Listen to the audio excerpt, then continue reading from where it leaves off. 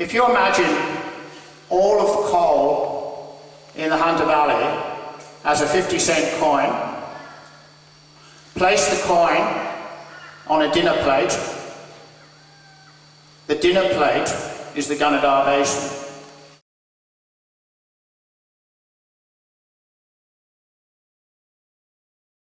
Influx of mining capital to build all of those projects simultaneously is a massive injection of an unprecedentedly massive injection of capital into the Australian economy, and I don't think any economist doubts that that's having a huge impact on the Australian dollar. That gap is about $65 billion over the life of the boom.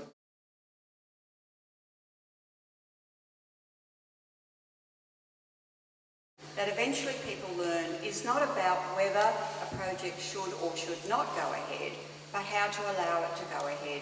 I call it legalised looting.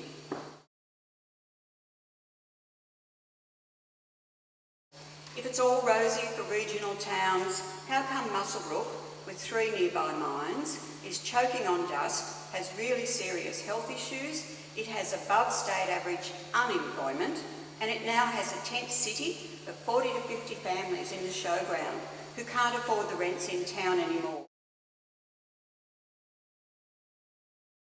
Conservative people everywhere, having lost faith in the major parties acting in their interests, are rebelling.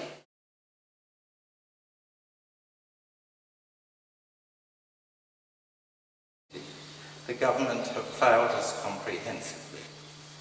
With each new mine and mine extension, we need to demand that the health of each individual in the impacted community be screened, appropriate education given, and then ongoing monitoring be provided, and a system for investigating and compensating for any subsequent claims of health damage.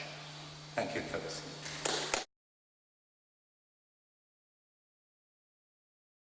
The real point to it is the only reliable water that we have here is underground.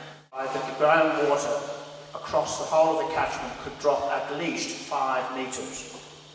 5 metres. What effect is, the export of gas? The companies mining the gas will want to be selling into the Asian market for $15 a gigajoule rather than to domestic producers for $3 or $4 a gigajoule. What would you anticipate that Narrabri would look like in 10 years? As other areas have found, if you go for the work camps rather than more resident housing, then you do lose the quality of the town, the feeling of a community. My suggestion that the affected people in the area have their health screened before new mining projects start. The mining companies will increasingly be responsible for the health damage they're causing. It's very possible. My question to the panel: New South Wales now has a proposed new regulatory scheme. Is that going to be adequate to protect our community? The gateway is not good enough because it's a gate that can't be locked.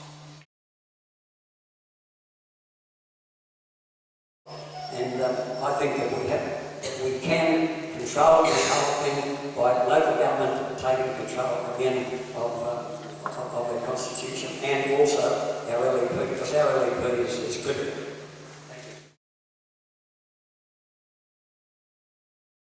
Was I incorrect in my statement, Mr. Pickard? That's all I want to know. Is this drinking water or not?